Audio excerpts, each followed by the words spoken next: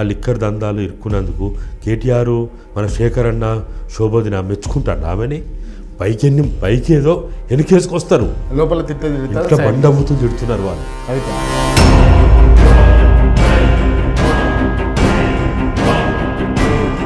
మేము ఇంకా పదాలు వాడలేదు కానీ బయటకు వచ్చినా చెప్పినాము. ఒకసారి ఈ పదాలన్నీ తీసుకుపోయి రేవంత్ రెడ్డి గారు ఆ ఇంటికి పోయి భార్యని అడగమని, ఎవరిని వద్దిగా భార్య మెచ్చుకుంటుందేమో అడగమను.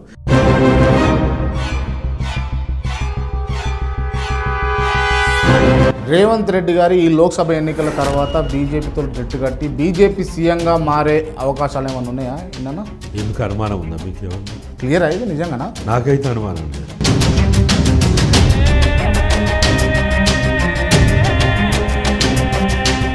కావాలని ఆ బీసీ ఓట్లు రాబట్టుకునేందుకే మోదీని బీసీ అని చెప్పి చిత్రీకరిస్తూ తప్పించి మోదీ బీసీ కాదు అని అన్నది వినిపిస్తున్నారు. దీన్ని మీరు ఏమంటారు? ఈ నిచ్చెన మెట్ల సమాజం ఉండాలి, వర్ణ వ్యవస్థ ఉండాలి. మనం ఏదైతే వర్ణ వ్యవస్థ చెప్తాం కదా,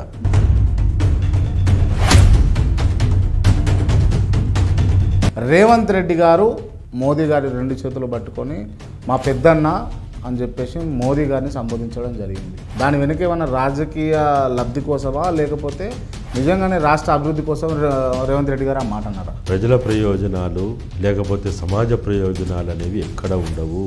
నమస్తే, నేను మీ క్రాంతి. ఇవాళ మనతోటి తెలంగాణలో ఉన్నటువంటి పరిస్థితుల మీద మాట్లాడడానికి తెలంగాణ ఉద్యమకారులు, సోషల్ యాక్టివిస్ట్ గాదే ఎన్నయ్య గారు మనతోటి ఉన్నారు. ముందుగా వెల్కమ్ చేద్దాం మన కేఆర్ టీవీకి. అన్న నమస్తే. నమస్తే. ఎట్లా ఉన్నారన్నా? బాగుంది. ఆరోగ్యం మంచిగా ఉన్నదా? ఓకే అన్న.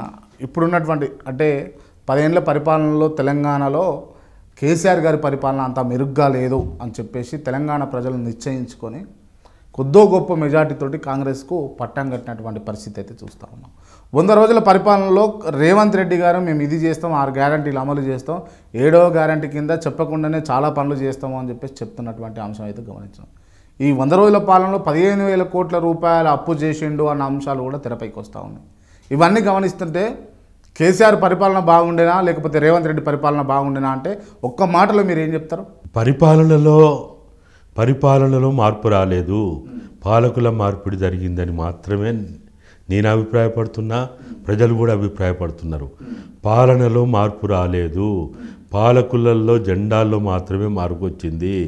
అప్పుడు గులాబీ జెండా రెపరెపలాడితే ఇప్పుడేమో కాంగ్రెస్ జెండా రెపరెపలాడుతున్నది. కానీ జెండాలో మార్పు వచ్చింది. లేకపోతే తోకలు ఉంటాయి కదా, ప్రతి పేరుకో తోకు ఉంటుంది కదా. అప్పుడు రావులు అయితే ఇప్పుడు రెడ్డి వచ్చిండు, రెడ్డి పోతే రావు వస్తాడు, రావు పోతే ఇంకోడు వస్తాడు, ఇంకోటి పోతే ఇంకోటి వస్తాడు.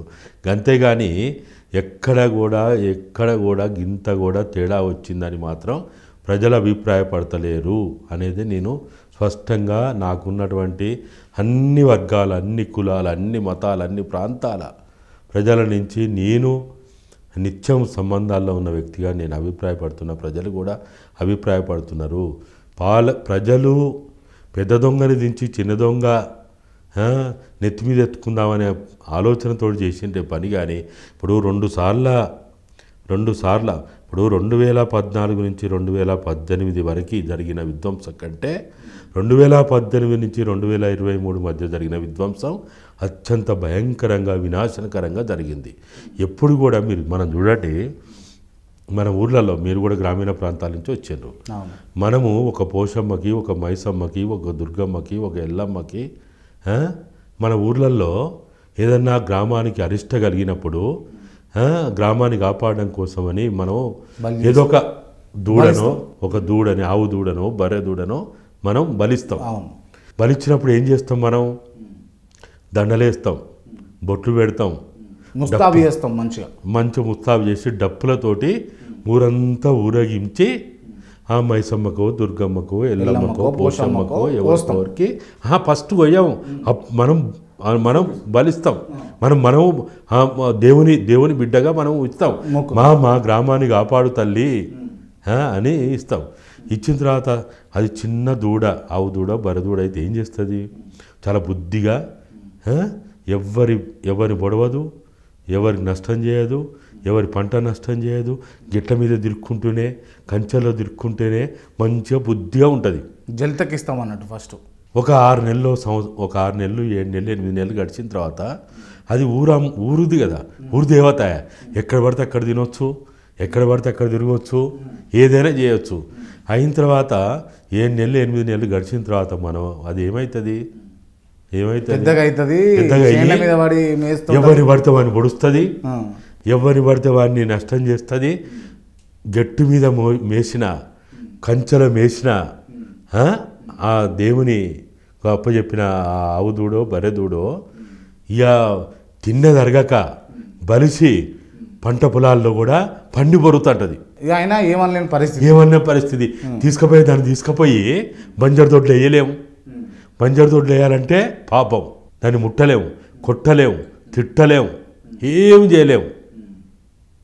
తర్వాత ఏం చేస్తాం మనం? ఇదంతా అయిన తర్వాత మళ్ళా ఏ దేవుని ఏ గ్రామం వినాశనం పోవాలనో అరిష్ట పోవాలనో మనం దేవుని బిడ్డకు వదిలినామో మళ్ళీ తర్వాత అందరు హరినియం మనం ఏదో అనుకుంటే ఏదో అయిందని మళ్ళీ ఏం చేస్తాం? మళ్ళీ అందరు కూర్చొని ఊర్లో పెద్ద మనుషులు అందరు కూర్చొని అరే మరి ఇట్లా మరి ఏదో ఒకటి చేయాలని చెప్పి మళ్ళీ తీర్మానం చేసి మళ్ళీ కూడా ఏం చేస్తారు? మళ్ళీ దాన్ని పట్టుకురావడం మామూలు కష్టం. అది చాలా కష్టంగా పట్టుకొని మళ్ళీ అప్పుడు కూడా మళ్ళా మొత్తం సింగారిస్తాం, బొట్లు పెడతాం, దానికి కావాల్సిన అన్ని ఏర్పాట్లు చేసి మళ్ళా డప్పులతోటే దాన్ని ఊరేగించి ఆడికి తీసుకుపోయి బలిస్తాం. ఇప్పుడు కూడా ఏ టీఆర్ఎస్ని బీఆర్ఎస్ని అయితే మన కోసం మన ప్రజల కోసం మన నెత్తిన పెట్టుకున్నావో అది కాదనుకున్నప్పుడు బలిచ్చి మళ్ళీ ఏం చేసినాం? మళ్ళొక బరెదూడనో ఆవు దూడనో మళ్ళీ వదిలినాం. మళ్ళీ ఒక 2 నెలల్లో 3 నెలల్లో వాళ్ళు అన్నట్టు 100 రోజుల్లో బుద్ధిగా ఉంటుంది. బుద్ధి ఎవరి తర్వాత మళ్ళీ ఏం చేస్తుంది? మళ్ళీ బలిసిన తర్వాత చేనుల మీద గట్ల మీద మేసుకుంటా అందరు పొడుస్తూనే ఉంటుంది. ఇది కూడా గంతే. ఇది ప్రజలకు తెలిసిందే. దీనికి ఏ అంబేద్కరో ఏ గాంధీనో ఏ మార్క్సో ఏ లెనినో ఏ మహనీయులో వచ్చి ఏం చెప్పాల్సిన అవసరం లేదు. కాళ్ళకు చెప్పులు లేని వాళ్ళు, నెత్తి నూనె లేని వాళ్ళు, ఒంటి నిండా బట్టలు లేని వాళ్ళు, అక్షర జ్ఞానం లేని వాళ్ళకి కూడా ఈ సూత్రం తెలుసు. కాబట్టి ప్రజలు వాస్తవంగా చెప్పాలంటే ప్రజల దగ్గర ఉన్నంత సైన్సు, ప్రజల దగ్గర ఉన్నంత విజ్ఞానం, విచక్షణ జ్ఞానం అసలు నిజంగా చెప్పాలంటే మన దగ్గర లేదు. ప్రజలు చెప్పిండ్రు, మేము ఊర్లలో పోయినప్పుడు అమ్మ లేకపోతే నాయన మీరు ఎందుకు ఇప్పుడు ఈ 1,18,00,000 మందికి పెన్షన్లు ఇస్తాను కదా, వృద్ధులకు ఇస్తాండ్రు, దివ్యాంగులకు ఇస్తాండ్రు, లేకపోతే ఒంటరి మహిళలకు ఇస్తాండ్రు, కళ్యాణ లక్ష్మి అంటాను, రోష్మి అంటాను, ఇదంతా అంటుండ్రు, మీరు ఎందుకు మార్చాలనుకుంటారు, ప్రభుత్వం ఎందుకు వద్దంటానంటే, బిడ్డ నువ్వేం చదువుకున్నావు బిడ్డ అంటే మేము పలానా. మీ చదువుకున్న వాళ్ళకి ఏం తెలియదు బిడ్డ. పంట మార్పిడి చేయకపోతే పంట ఎక్కువ రాదు బిడ్డ అన్నారు. ఎంత పెద్ద సైన్స్ ఇది. వేసిన పంట అదే వేస్తే ఎక్కువ రాబడి ఉండదు, ఎక్కువ కాలం అదే వేస్తే, ఎక్కువ సంవత్సరాలు అదే వేస్తే పంట దిగుబడి రాదు బిడ్డ అన్నారు. దీనికి ఏ సైన్స్ కావాలా? అంటే పాలకులని కంటిన్యూగా వాళ్ళని ఎన్నుకుంటే, వాళ్ళనే నెత్తి మీద పెట్టుకుంటే, వాళ్ళనే ఉంచుకుంటే ఉపయోగం లేదు బిడ్డ అని చెప్పారు. ఎంత సైన్స్ చెప్పు, ఎంత గొప్ప మూల సూత్రం అది. అంటే ఈ మార్పిడి అనేది, సమాజంలో మార్పు అనేది ఒక అనివార్యతగా వాళ్ళ జీవితంలో పెరవేసుకపోయింది అది. కాబట్టి ఇప్పుడు కూడా ఆ ప్రభుత్వాన్ని దించి ప్రభుత్వాన్ని ఎత్తి మీద పెట్టుకున్నారంటే ఇదేదో గొప్పదనో, రేవంత్ రెడ్డి గొప్పోడనో, కాంగ్రెస్ పార్టీ గొప్పోడనో, ఆ ఉత్తమ్ రెడ్డో, లేకపోతే కోమటిరెడ్డో, లేకపోతే ఆ రెడ్డో ఈ రెడ్డో, ఆ పొంగులేటో వీళ్ళో వాళ్ళో గొప్పోళ్ళని కాదు. కాకపోతే ఏంటంటే అది బలిసింది, అది మనల్ని మొత్తంగా తిన్నదరగక ఊరి మీద వాడి నాశనం చేస్తుంది. వీడు బక్కపలసగా ఉన్నాడు, వాడు ఆ స్టేజ్కి వచ్చేసరికల్లా మనం చదువుకోవచ్చు, ఊపిరి పీల్చుకోవచ్చు, కనీసం ఊపిరి పీల్చుకోవచ్చు అని. ఆ ఊపిరి పీల్చుకోవడానికే ఈ పని చేసాను. కానీ ఇదేదో గొప్పోళ్ళనో, నీతిమంతులనో, ధర్మవంతులనో ఇదంతా ఏదీ లేదు. ప్రజలకు అవగాహన ఉన్నది, స్పష్టత ఉన్నది అనేది నా అభిప్రాయం. గతంలో వెలమ పరిపాలన, దొరల పరిపాలన అన్న తెలంగాణ రాష్ట్రం ఇప్పుడు రెడ్ల పరిపాలన, దొరల పరిపాలన మళ్ళా అయిందా అంటే ఏం చెప్తారు? రెడ్డి పోయి రావు పోయి ఇంకొకరు వచ్చినా ఎవరన్నా రాని, అది బీసీలు ఉండని, దళితులు ఉండని, ఆదివాసీలు ఉండని, గిరిజనులు ఉండని, ఎవరన్నా ఉండని, పాలకులు అనేవాళ్ళు వాళ్ళకు ఉండే పద్ధతులు వాళ్ళకే ఉంటాయి. పాలకుడు ఎవడన్నా కానీ దీనికి దళితుల, బీసీల, లేకపోతే ఎస్సీల, ఎస్టీల, మహిళల, పురుషుల ఏం తేడా లేదు. మహిళలు ఉన్న కాడేమో ప్రజాస్వామ్యం విరజిల్లుతా ఉన్నదా? మహిళలకు ఏమన్నా గొప్ప అభ్యున్నతి ఏమన్నా వచ్చిందా? అభివృద్ధి వచ్చిందా? లేకపోతే మహిళల చట్టాలు ఏమన్నా రక్షింపబడ్డాయా? మహిళలకు ఏమైనా వాళ్ళ జీవితాల మార్పులు వచ్చినాయా? ఏమీ రాలే. వాడు ఏ మతం ఉన్నా, ఏ కులం ఉన్నా, ఇప్పుడు ఈ రాష్ట్రంలోనే దళితులు ముఖ్యమంత్రి అయ్యారు, బీసీలు కాలేదు కానీ దళితులు అయ్యారు, తర్వాత రెడ్లు అయ్యారు, రావులు రెడ్లు అయ్యారు, రావులు అయ్యారు, ఇంకెవరో అని అయ్యారు. కానీ ఏం జరిగింది? ఏమైనా జరిగిందా? ఈ దేశ ప్రధాని ఇప్పుడు నేను పెద్ద బీసీని అంటాడు, మరి ఏం జరుగుతుంది ఈ దేశానికి? ఏమైనా నిజంగా బీసీ అంటాడు అని అంటే నేను చాలామందిని అడిగినా, కావాలని ఆ బీసీ ఓట్లు రాబట్టుకునేందుకే మోదీని బీసీ అని చెప్పేసి చిత్రీకరిస్తూ తప్పించి మోదీ బీసీ కాదు అని అన్నది వినిపిస్తున్నది. దీన్ని మీరు ఏమంటారు? ఆయన బీసీ అయినా, ఎస్సీ అయినా, ఎస్టీ అయినా ఏదన్నా కానీ నా దృష్టిలో అయితే ఆయన మనువాది. ఈ వర్ణ వ్యవస్థ 4 కాలాల పాటు 4 పాదాల మీద నిలబడాలని కోరుకునే మనువాద సిద్ధాంతంతో బతికేటువంటి వ్యక్తి ఆయన. ఈ నిచ్చెనమెట్ల సమాజం ఉండాలి, వర్ణ వ్యవస్థ ఉండాలి. మనం ఏదైతే వర్ణ వ్యవస్థ చెప్తాం కదా, బ్రాహ్మణ, క్షత్రియ, వైశ్య, శూద్ర, ఈ వ్యవస్థకి ఇట్లనే ఉండాలని కోరుకునేటువంటి ఆ భావజాలానికి, ఆ సిద్ధాంతానికి కట్టుబడి ఉన్నటువంటి ఆర్ఎస్ఎస్ అనే ఒక మదర్ ఆర్గనైజేషన్కి, ఆ సంస్థకు అనుకూలంగా ఉండేటువంటి వాళ్ళ దాంట్లో ఉన్నాడు. అంతకంటే గొప్పగా ఏముంటుంది అక్కడ? ఇంకా కాంగ్రెస్ పార్టీ ఒక రకమైన భావజాలం ఉంటుంది, బీజేపీ ఒక రకమైన. బీజేపీ అనేది వాస్తవంగా చెప్పాలంటే బీజేపీ అనేది అది ఆర్ఎస్ఎస్ చెప్పు చేతుల్లో లేకపోతే బందిఖానాగా ఉన్నటువంటిదే. కానీ ఆర్ఎస్ఎస్కి ఒక 70-80 సంస్థలు ఉన్నాయి, దాంట్లో బీజేపీ అనేది ఒక సంస్థ. అంతకంటే మించి ఏముంటుంది ఆడ?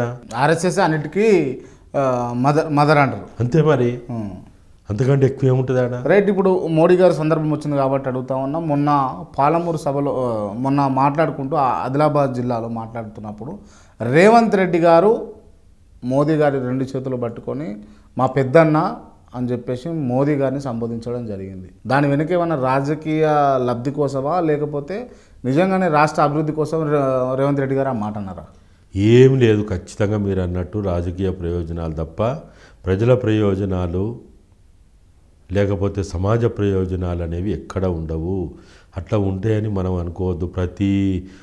వాళ్ళ ప్రతి మాటలో, ప్రతి అడుగులో, ప్రతి వేషభాషల్లో, కట్టుబాట్లలో వాడు ఏ డ్రెస్ అన్నీ వేసుకొని దాని వెనక ఏదో ఒకటి ఉంటుంది. టోపీ పెట్టుకొని అదేదో ఏదైనా చేయని వాడు చర్చికి పోని, మసీదుకు పోని, లేకపోతే టెంపుల్కి పోని, ఎక్కడన్నా పో, దాని వెనక వాళ్ళ స్వప్రయోజనాలే ఉంటాయి, లేకుండా ఉండవు. ఏ వేషం కట్టినా, ఏ ఆట ఆడినా ఖచ్చితంగా వాళ్ళ స్వప్రయోజనాలే ఉంటాయి. అంతకు మించి మనం ఇంకేదో ఉంటుంది, ప్రజల ప్రయోజనాలు ఉంటాయి, ప్రజల జీవితాలకు సంబంధించినవి ఉంటాయని మనం అనుకోవడం మన అవివేకం అవుతుంది, మన మూర్ఖత్వం అవుతుంది.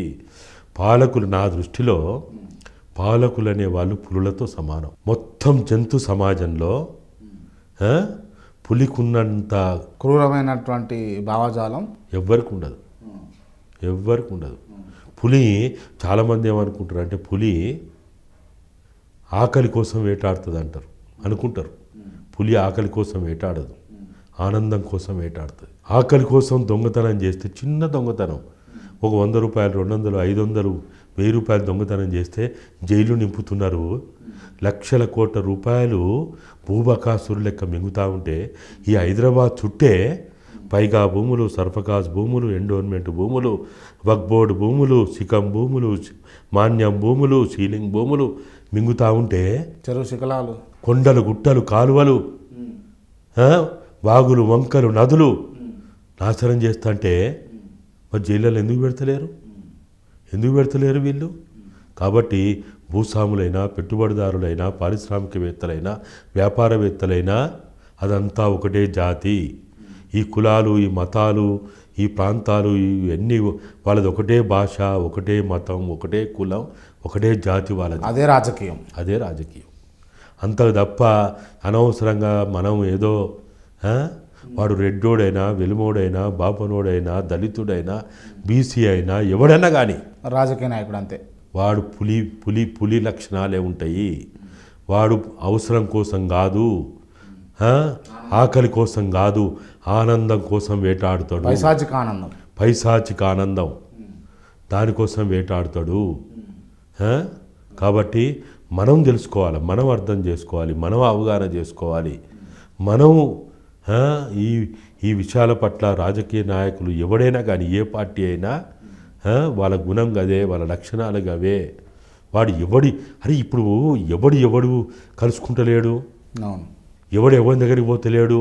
ఇప్పుడు వీళ్ళు రేవంత్ రెడ్డి మొన్న రామోజీరావు దగ్గరికి పోలేదా? రామోజీరావుని పోయి కలవలేదా? రామోజీరావుతో తాగలేదా, తినలేదా, డిన్నర్ చేయలేదా? ఏం చేయలే రేవంత్ రెడ్డి. పోలేదా? కేసీఆర్ పోయిండు, ఈయన పోయిండు. ఎప్పుడు మొన్న ఈ మధ్య పోలే రామోజీరావు దగ్గరికి పోయి కలిసిండు కదా. రాధాకృష్ణ దగ్గరికి పోయిండు, ఈయన దగ్గరికి పోయిండు. ఆంధ్ర పాలకులు, ఆంధ్ర పెట్టుబడిదారులు, ఆంధ్ర మీడియా సంస్థల ఎవరితో గెలవలేదు వీళ్ళు. ఆంధ్ర రియల్ ఎస్టేట్ వాళ్ళతో ఎవరితో గెలవలే. ఆంధ్ర కాంట్రాక్టర్ల పితామహుడు కులగురువు అయిన మెగా కృష్ణారెడ్డి కలవలేదా? ఎక్కడ కలిసిండో తెలియదా మనకి? ఏదో పిల్లి శాస్త్రం చెప్తే ఎట్లా? అరే వీళ్ళు ఏమనుకుంటారంటే మేము ఆడింది ఆట, పాడింది పాట, మేము ఏమైనా చేయవచ్చు అని అనుకుంటారు. ఎన్ని రోజులు చేస్తారు వీళ్ళ గడువు 5 ఏళ్ళు. 5 ఏళ్ళ తర్వాత వీళ్ళ బతికేంది? ఈ రాష్ట్రానికి వీళ్ళు మొదటి ముఖ్యమంత్రి, చివరి ముఖ్యమంత్రి, ఇట్లా ఎంతమంది పోలే. ఇవి ఏది శాస్త్రం కాదు కదా. కాబట్టి మేము అనుకోవడం అయితే అది ఎవరైనా కానీ వాళ్ళు అట్లనే ఉంటారు, వాళ్ళు అట్లనే చేస్తారు అనేది మనం అర్థం చేసుకోవాలి. రేవంత్ రెడ్డి గారు ఈ లోక్సభ ఎన్నికల తర్వాత బీజేపీతో జట్టు కట్టి బీజేపీ సీఎంగా మారే అవకాశాలు ఏమైనా ఉన్నాయా? ఇన్నా ఎందుకు అనుమానం ఉందా మీకు ఏమన్నా? క్లియర్ అయితే నిజంగానా? నాకైతే అనుమానం లేదు. అంటే ఎవరినైనా కలవచ్చు. రేపు ఎవరు ఆయన పేరేంది, రాము రేవంత్ రెడ్డి ఇద్దరు ఒక క్యాబినెట్లో ఉంటే ఏమన్నా? రాము అంటే రామారావు, కేటీ రామారావు ఉండరని ఏమన్నా అనుకుంటారా? ఉండకూడదని ఏమన్నా ఉన్నదా? చట్టం రాజ్యాంగం ఏమన్నా రాము రేవంత్ ఇద్దరు చట్టాపట్టాలు వేసుకొని ఒక క్యాబినెట్లో ఉండొద్దని ఏమన్నా ఉన్నదా? ఉండరని ఎందుకు అనుకుంటారు? భద్రశత్రులుగా బిహేవ్ చేసేటటువంటి వీళ్ళంతా కూడా చీకట్లో ఒక కాడ కూర్చుంటారు అని అంటే ఎవరికి నమ్మకం అవుతుంది? నాకైతే అయితే లేదు. ఇప్పుడు మీరేమో క్రాంతి అంటే మీరు మీ సమాజానికి ఒక గొప్ప ఆదర్శం, లేకపోతే వెలుగును అందిస్తాము, లేకపోతే ఇంకేదో మంచి పనులు చేస్తారని మీరు అనుకుంటారు. కానీ క్రాంతి అనుకుంటే అవుతుందా? క్రాంతి అనుకుంటే కాదు కదా. ఇప్పుడు మీరు బద్ధశత్రుడైన పదము వాడినరు. ఈ తెలుగు మడికట్టు పదాలతోటి మనం వాళ్ళకి ఆపాదిస్తున్నాం. కానీ వాళ్ళిద్దరు అనుకున్నారు ఎప్పుడన్నా మేము బద్ధశత్రులం అని? మరి రాము చెప్పిండా ఎక్కడన్నా? ఇప్పుడు బద్ధశత్రులు అని చెప్పలే, కానీ ఇవాళ క్లియర్గా పేపర్ స్టేట్మెంట్లలో ఏముంది అని అంటే, ఆంధ్ర వాళ్ళ బూట్లు నాకి, ఆంధ్ర వాళ్లకు లోబడి, ఆంధ్ర పాలకుల చేతుల్లో మోచేతి నీళ్లు తాగినటువంటి రేవంత్ రెడ్డి నువ్వేట రాజకీయాలు చేసినావు, నేనెట్లా రాజకీయాలు చేసినా, నా తండ్రి ఓ ఉద్యమకారుడు, నా అయ్య ఉద్యమకారుడు అని చెప్పి చెప్పుకొచ్చినటువంటి సందర్భం. దీన్ని ఏ విధంగా చూడొచ్చు? దోస్తాన్ లెక్క చూడడానికి ఉండదు కదా. అయితే అది మన కోసం చెప్పిండు, అది పెదవులతో మాట, మనసులో మాట ఏముంటుంది? I love you Revanth Reddy ఉంటుంది అంతే. మరి అలా గుండె ఏమని కొట్టుకుంటుంది ఎరికినా? ఇప్పుడు మీరు అన్నారు చూడు, ఐ లవ్ యూ అనే ఉంటుంది. అది అంతేగా. ఐ లవ్ యూ ఇప్పుడు వీళ్ళు పెట్టింది కదా అక్కడక్కడ. ఐ లవ్ యూ హైదరాబాద్ ఉంటుంది, ఐ లవ్ యూ మూసీ ఉంటుంది, I love you tank bund ఉంటుంది, ఐ లవ్ యూ తర్వాత నువ్వేమన్నా రాసుకో. రేవంత్ రెడ్డి కేటీఆర్ అనొచ్చు, కేటీఆర్ రేవంత్ రెడ్డి అనొచ్చు, ఎవడైనా అనుకోవచ్చు, ఎవడైనా అనుకోవచ్చు. ఇప్పుడు ఇంత మాట్లాడారు కదా, రేపు మళ్ళా ఐ లవ్ యూ కవితమ్మ అనరా వీళ్ళు? ఐ లవ్ యూ కేసీఆర్ అనరా వీళ్ళు? కానీ చిత్రమైన అంశం ఏంటి అని అంటే, రేవంత్ రెడ్డి గారు ఇప్పుడు పార్టీని అధికారంలో తీసుకొచ్చి టీపీసీసీగా ఉండి పార్టీకి కష్టకాలంలో, నిజంగా కాంగ్రెస్ పార్టీ కష్టకాలంలో ఉన్నప్పుడు నీరు పోసి కార్యకర్తలందరినీ ఒక్కదాటికి తీసుకొచ్చి ఇవాళ ముఖ్యమంత్రి అయిన తర్వాత ముఖ్యమంత్రి స్థానాన్ని కాదనుకోని చెప్పేసి బీజేపీలోకి పోయి బీజేపీ ముఖ్యమంత్రిగా ఉండాల్సిన అవసరం రేవంత్ రెడ్డికి ఏమొస్తుంది అంటారు? అదే రాజకీయం, అదే అవసరం. దాన్నే రాజకీయం అంటారు, దాన్నే అవసరం అంటారు. ఇప్పుడు వీళ్ళంతా కూడా ఇప్పుడు మనం చూసినాం తెలంగాణ రాష్ట్ర సాధన క్రమంలో సోనియా గాంధీని బజారుకి ఈడుస్తా అని కేసీఆర్ ఏ నోటితోటి అనలేదా? అన్నాడు, నోటితోటి అన్నాడు కదా. మన అందరం విన్నాం కదా. మన అందరం కూడా మా కేసీఆర్ ఎంత గొప్పగా అన్నాడు, ఏమన్నాడు అని మనం వీరావేశం అంగీలు దించుకొని లాగులు దించుకొని నెత్తి ఈరబోసుకొని మనం రోడ్ల మీద వీరావేశంతో చేయలేదా? అదే కేసీఆర్ అదే మన టీఆర్ఎస్ నాయకునిగా ఉండి దేవత అని మళ్ళా లేదా? వాడు దేవత ఎప్పుడు అంటారు, దెయ్యం ఎప్పుడు అంటారు, బజార్ కిడిస్తాన్ ఎప్పుడు అంటారు, చెప్పులతో అంటారు, బూట్లతో అంటారు, సంకనాక అంటారు, మూతి ఇక వాళ్ళు అసలు ఆ పదాలు నాకు మాట్లాడాలంటేనే అసహ్యం అవుతున్నది. వాడు ఏదైనా అనొచ్చు, అది మన కోసం, అది వాళ్ళ కోసం కాదు. సోనియా గాంధీని కూడా రేవంత్ రెడ్డి అన్నాడు గతంలో, తెలంగాణ బలిదేవత అన్నాడు. మరి ఆయన ఎవరినలే? రేవంత్ రెడ్డి ఈ రాష్ట్రంలో ఎవరైనా తిట్టకుండా బూతు పంచాంగం చేయకుండా ఉన్నాడా అసలు? మరి ఎట్లా అందరితో సఖ్యత ఎట్లా ఏర్పడుతుంది ఏందన్నట్టు వ్యవస్థ అసలు ఏం అర్థం అవ్వకుంటున్నది.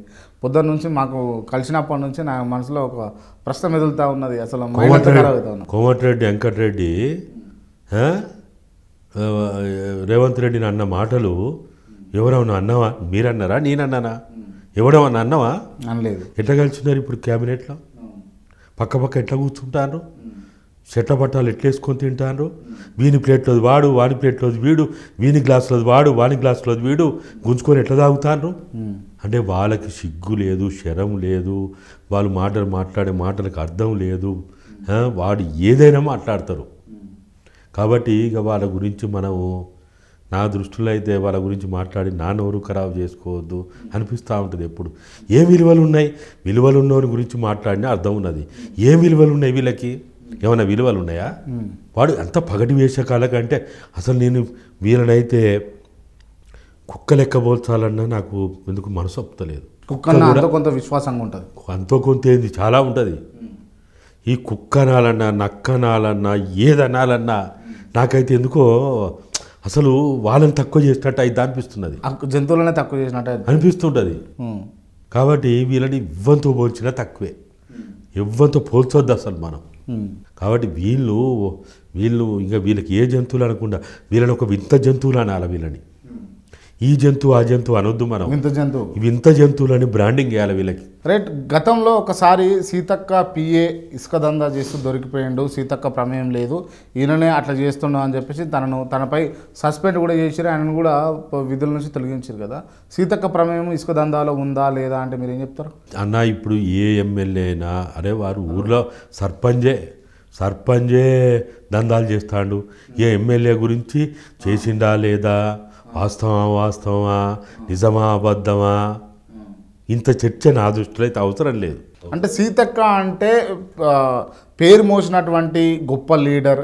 సీతక్క కష్టం ఏడుంటే ఆడుంటుంది, బాధ ఏడుంటే ఆడుంటుంది, సీతక్కకి ఈడ నాపత అంటే ఆడనే ఉంటుంది అన్న సీతక్క ఇసుక దందా చేసేటటువంటి అవసరం ఉంటుంది అంటారా? ఇప్పుడు మీరు అన్నది వాస్తవమే. సీతక్క ఎప్పుడు సీతక్క?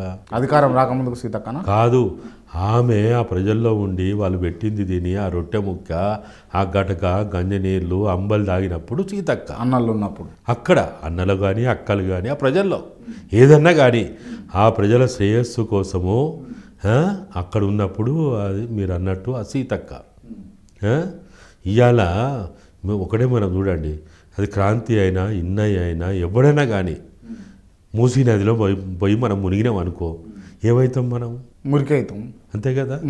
మరి ఇప్పుడు ఆ రాజకీయ వ్యవస్థ అది మురికి కుంపడైన తర్వాత సీతక్క పోయి మునిగితే మాత్రం పవిత్రంగా ఉంటుంది. అక్కడ ఉంటుందా? అది ఇన్నయ్య పోయినా క్రాంతి పోయినా అది మూసీ నది కాదు, అది ఒక మురుగు కాలువ, కంపు కొట్టే కాలువ. ఇక దాంట్లో ఉన్న తర్వాత నేను పోయి మునిగినా, నేను మాత్రం పవిత్రంగా ఉన్నా, గంగా జలాల్లో ఉన్నా, నేను అపవిత్రం కాలేదు అని అంటే అవుతుందా? కాదు, అస్సలు కాదు. మనం పోయి మునిగిందే మూసీ నదిలో. జారుడు బండ కాడ పోయి కూర్చున్న తర్వాత ఏమవుతుంది మనకి? మన ఊర్లలో చూస్తాం కదా, జారుడు బండ కాడ కూర్చుంటాం, ఏం జరుగుతుంది? కూర్చున్న తర్వాత ఏం జరుగుతుంది? జారుడే ఉంటుంది. ఇక నేను మధ్యలో ఆగుతా, నేను పైన ఆగుతా, నేను ఫలానా కంట్రోల్ ఉండదు. ఇక పైన ఎక్కితే కింది దాకా జారాల్సిందే. ఇక జారుడు బండకి తాడ కూర్చున్న తర్వాత జారుడే ఉంటుంది. ఆ వ్యవస్థలో మనం ఎప్పుడైతే అడుగు పెట్టినామో, ఆ రాజకీయాల్లో ఆ పార్టీలు ఎప్పుడైతే అడుగు పెట్టినామో ఎవ్వడమైనా దారుడే ఉంటుంది ఇక అంతే ఇక మళ్ళీ ఏముండదు ఇక. నేను పవిత్రంగా ఉన్నా, చాలా గొప్పగా ఉన్నా, చాలా ఉన్నతంగా ఉన్నా, నేను ఫలానా అంటే నువ్వు ఫలానా అయితే మా తాత నేతులు తాగిండు మా మూతులు వాసన చూడండి అంటే నడవదు. ఓకే, రేవంత్ రెడ్డి గారు సీఎం కుర్చీలో కూర్చున్నందుకు పక్కన ఉన్నటువంటి క్యాబినెట్ మినిస్టర్ల గుండెల్లో మంట ఉందా? ఎందుకు ఉంటుంది? ఉంటుందంటారా? ఉండదా? ఏముండదు, అంతా ఉత్తదే పైకి షో. ఇదంతా వాస్తవంగా చెప్పాలంటే ఎప్పుడు కూడా మీడియాని వాళ్ళు చాలా తెలివిగా వాడుకుంటూ ఉన్నారు. వాళ్ళ ఉపన్యాసాలన్నీ కూడా వాళ్ళు కావాలని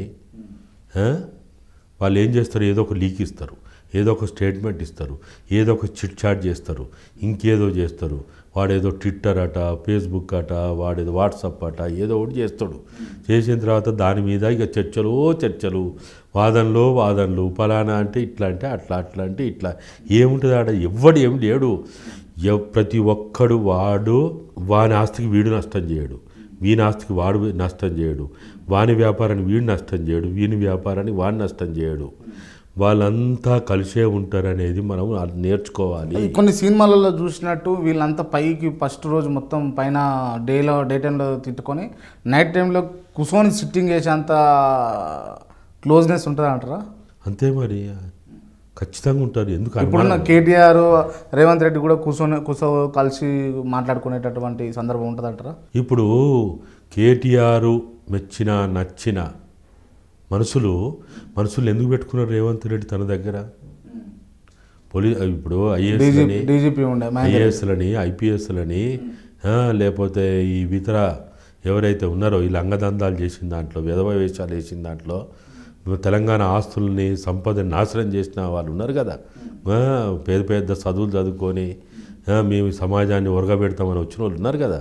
వీళ్ళందరూ అక్కడ అన్ని దొంగ పనులకి సూత్రధారులు, మూలకారకులు వాళ్ళే కదా. ఇప్పుడు వాళ్ళే కదా ఇక్కడ ఉన్నది. ఎందుకున్నారు? సెటిల్మెంట్ చేయడానికే ఉన్నారు. రైట్. మీరు అన్నట్టు గతంలో ఇప్పుడున్నటువంటి ప్రభుత్వం, అప్పుడున్నటువంటి ప్రతిపక్షం కాంగ్రెస్ పార్టీ విమర్శించింది ఏంటంటే రేవంత్ రెడ్డి ముఖ్యంగా డీజీపీ మహేందర్ రెడ్డిని తిట్టకుండా తిట్టినటువంటి వ్యక్తి ఎవరన్నా ఉన్నారా అనంటే అది రేవంత్ రెడ్డి. అదే రేవంత్ రెడ్డి ఇలా టీపీసీసీ చైర్మన్ బాధ్యతలు మహేందర్ రెడ్డికి అప్పచెప్పింది. దాని వెనుక ఉన్నటువంటి అసలు గుట్టేంది? ఏం లేదు. అప్పుడు మాట్లాడింది నిజం కాదు, ఇప్పుడు చేసేది నిజం కాదు. ఈ రెండు వాళ్ళ ప్రయోజనాల కోసమే వాళ్ళు చేసుకుంటారు. రాజకీయ నాయకుడిని మనం చూడాల్సింది ఏంటంటే వాడు జీవిస్తలేడు, వాడు నటిస్తున్నాడు, వాడు ఏది చేసినా నటనే. ఇప్పుడు కాదన్నా, ఇన్న మన ఇద్దరం మాట్లాడుకుందాం. నాకు కోపం వచ్చింది, ఇంత మంచిగా ఉన్నాం, మనం ఇద్దరం ఇంటర్వ్యూ చేస్తున్నా, నాకేమన్నా అనిపించి నిన్ను ఒక మాట అన్నా, లేకపోతే నువ్వే నన్ను ఒక మాట అన్నావు, మళ్ళీ తెల్లారితో ముఖం కూడా చూసుకోం కదా మనము. మరి వాళ్ళు ఎట్లా చూసుకుంటారు, వాళ్ళు ఎట్లుంటారు, వాళ్ళకి ఎట్లా ఉండబుద్ధి అవుతుంది? అదే మన మూర్ఖత్వం. మనదే మూర్ఖత్వం అంతే. మరి వాళ్ళదే మంచితనం అంటారు. వాళ్ళు అది మంచితనం అని కాదు, మనది మాత్రం మూర్ఖత్వం. వాళ్ళది దొంగ నాటకం, అది నాటకం, అది నాటకం. జనాలను చూపించడానికి మనమైంది.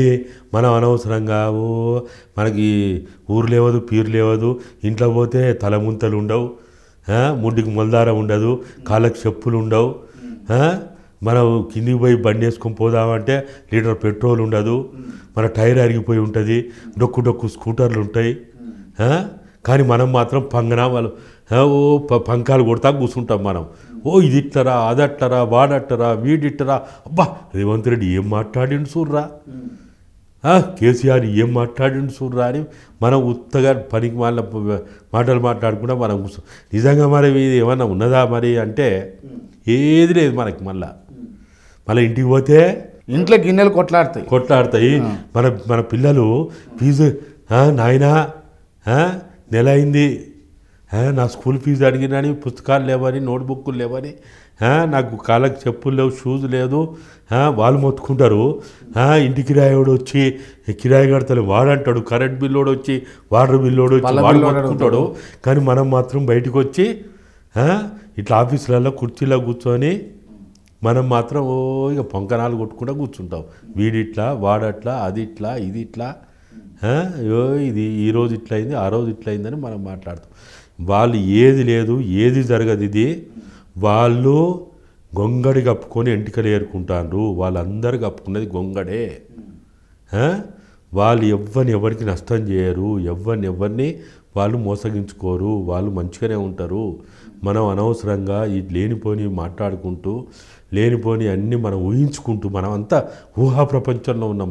మనం భ్రమల్లో బతుకుతున్నాం. ఈ భ్రమల్లోంచి మనం బయటికి రావాలా. ఓకే, వాళ్ళందరూ ఒక్కటే. వాడు రాత్రి కూర్చుంటాడు, పగులు కూర్చుంటాడు, పొద్దుగాల కూర్చుంటాడు. వాడికి అవసరం ఎప్పుడు అనిపిస్తే అప్పుడు వాళ్ళకి హాట్ లైన్ ఉంటాయి, అన్ని లైన్లు ఉంటాయి. వాళ్ళకి ఏం బాధ లేదు. వాళ్ళకి వీడిని వాడిని చక్కదిద్దడానికి ఉంటారు, మధ్యలో అయ్యగారులు ఉంటారు. అందరిని అన్ని చక్కదిద్దారు. చిరంజీవి స్వామి ఎందుకున్నాడు? మీడియేటరా, పొలిటికల్ మీడియేటరా చిరంజీవి స్వామి? మరి లేకపోతే పొలిటికల్ మీడియేటర్ చిరంజీవి స్వామి. మరి ఇప్పుడు రేవంత్ రెడ్డికి ఆయనే కదా. రామేశ్వరరావు ఎందుకున్నాడు? ఇప్పుడు రేవంత్ రెడ్డికి ఆయనే, కేసీఆర్కి ఆయనే, కేటీఆర్కి ఆయనే, హరీష్ రావుకి ఆయనే, మెగా కృష్ణారెడ్డి ఉన్నాడు. మెగా కృష్ణారెడ్డి ఎవరికి లేడు? బీఆర్ఎస్కి ఆయనే, కాంగ్రెస్కి ఆయనే, బీజేపీకి ఆయనే. ఇప్పుడు చిరంజీవి స్వామి గురించి మాట్లాడుకుంటే చిరంజీవి స్వామి ఒక సన్యాసి. ఆ సన్యాసికి కావాల్సింది డబ్బు అవసరం లేదు, లేకపోతే పదవులు అవసరం లేదు, ఇంకేం అవసరం లేదు. ఆయన దేని గురించి ఒకవేళ ఈ మీడియేషన్ చేసి ఏమైనా డబ్బులు తీసుకోవాలన్నా లేకపోతే ఏదైనా ఎంజాయ్ చేయాలన్నా కూడా ఆయన దేనికి యూజ్ చేస్తాడు? అదే ఇప్పుడు ఆయన మనం ఎంజాయ్ చేస్తలేడని మనం అనుకుంటాను. ఎందుకు ఎంజాయ్ చేస్తలేడు? ఏముంది మనం ఏమైనా చూసినావా? ఆయన బెడ్రూమ్ చూసినావా? ఆయన కిచెన్ చూసినావా? డైనింగ్ హాల్ చూసినావా? లేకపోతే ఆయన ఇంకేదైనా చూసినావా? ఎంజాయ్ అంటే ఏం చేస్తారన్న? అన్ని చేస్తారు. వాళ్ళు ఏం చేయరు? వాళ్ళు తింటాండ్రు, తాగుతాండ్రు, శారీరక సుఖాలు అనుభవిస్తాండ్రు. సుఖం అంటే ఏంది? మానసిక ఆనందం కూడా ఆనందమే కదా, శారీరక ఆనందం ఆనందమే కదా. అన్ని ఆనందాలు అనుభవిస్తాండ్రు వాళ్ళు. ఏం కావాలి నీకు? ఇది నిందనా లేకపోతే నిజమా? నిందెందుకైతుంది? సాములు, సన్యాసులు, మఠాధిపతులు ఎవడైనా కదే. ఎవడు తక్కువ దీంట్లో? దీంట్లో అన్నిట్లలో పిచ్చోళ్ళు అయ్యేది ఎవరు? ప్రజలం. మనం పిచ్చోళ్ళం. మన సమయం వృధా చేసుకొని లేకపోతే వాళ్ళు చెప్పిన మాటలు నమ్మి మనం పిచ్చోళ్ళం అంతే. ఇంత తప్ప ఏమున్నది అక్కడ? ఏమైనా ఉన్నదా? ఏమీ లేదు ఆడ. ఓకే, ఇప్పుడు ఏది చేసినా ఇప్పుడు మీరు చూడండి, గతంలో ఏది జరిగిందో ఇప్పుడు అదే జరుగుతుంది. ఏం మార్పు లేదు, తేడా లేదు. పేర్లు మారుతాయి, మనుషులు మారుతారు, కానీ ప్రజల జీవితాలు ఏమైనా మార్పు వచ్చిందా? ఉమ్మడి ఆంధ్రప్రదేశ్ నుంచి తెలంగాణ రాష్ట్రం మనం సాధించుకున్నాం. అనన్య త్యాగాలు చేసి సకల జనుల సమ్మె కావచ్చు, మిలియన్ మార్చ్ కావచ్చు, వంట వార్పులు కావచ్చు, అనేక కార్యక్రమాలు చేసి అనన్య త్యాగాలు చేసి మనం సాధించుకున్న ఈ 15 సంవత్సరాల కాలంలో ఒక స్కూల్ మారిందా? ఒక హాస్పిటల్ మారిందా? ప్రజల జీవితాల్లో మార్పు వచ్చిందా? వ్యవసాయ రంగం మారిందా? పారిశ్రామిక రంగం మారిందా? ఏం మారింది చెప్పండి? మన రోడ్లు అంటారు. రోడ్డు ఏమున్నదా ఆడ? అసలు వాడికి చెప్పుకుంటూ సిగ్గు లేదు, మనకు సిగ్గు లేదు. రోడ్ల మీద ఇవాళ నేను ఇక్కడి నుంచి మా వరంగల్ పోవాలంటే 2 దిక్కుల టోల్ గేట్ కట్టాలి. టోల్ గేట్ కట్టి రహదారి పన్ను కట్టి మనం రోడ్ల మీద తిరిగితే కూడా అది కూడా అభివృద్ధా? వెనకడేదో అన్నాం జుట్టు పన్ను, రహదారి పన్ను అని మనం కట్టినాం, నిజాం కాలంలో అన్నాం. ఇప్పుడు అదే జుట్టు పన్ను ఉంది కదా. ఉచ్చబోయాలంటే కూడా మనం డబ్బులు ఇవ్వాలి కదా, దొడ్డికి పోవాలంటే డబ్బులు ఇవ్వాలి కదా. రోడ్ల నీ సొంత ఇంట్లో నువ్వు కట్టుకుంటే కూడా ట్యాక్సులు కట్టాలి కదా. మరి ఏది వాళ్ళు ఇస్తున్నారు? వాళ్ళు మన ఇండ్లలోంచి ఇస్తారా? ఏది వాళ్ళు ఇస్తారు అంటే ఓటుకు నోటు ఇస్తారు, ఓట్లు వేస్తే బిర్యానీ వంచుతారు, ఓట్లు వేస్తే మందు మాంసం ఇస్తారు, ఓట్లు వేస్తే ఓట్ల ముంగట మీటింగ్లకు వస్తే రోజుకు 200 నుంచి 300 రూపాయల మనిషికి కిరాయి ఇస్తారు. ఇవి చేస్తారు వాళ్ళు. అది కూడా వారి ఇంట్లోంచి ఇస్తలేడు. అది కూడా మళ్ళీ మన దగ్గర దాచుకున్నదే. మళ్ళీ దాంట్లోంచి కూడా ఎంత నేను అనుకుంటే ఎక్కువ వాడు ఒక 20% 30% ఖర్చు పెడతాడు. అంతకు మించి ఏం ఖర్చు పెట్టాడు. ఇవాళ మీటింగులు పెట్టినా ఏది చేసినా ఏ పార్టీ అయినా సరే అక్కడ ఉన్నటువంటి బకరగాలు దొరుకుతారు. మీలాంటోడు నాలాంటోడు ఎవడో దొరుకుతాడు. వాడిని నెత్తి మీద చేయి పెడతారు. వాడు నన్ను ముట్టుకున్నాడు, నన్ను అంటుకున్నాడు, నన్ను షేక్ హ్యాండ్ ఇచ్చిండు, వాడు పిలవటాడు. మనం అసలు మనం పడరాడి పాటలు పాడతాం. ఎక్కడే అసలు మనం ఆగుతామా? మనం భూమి మీద నడవం. అప్పుడు చిన్న క్రాంతన్నా ఇన్నన్నా అంటే సారిగా ఆగం మనం భూమి మీద నడవం మనం.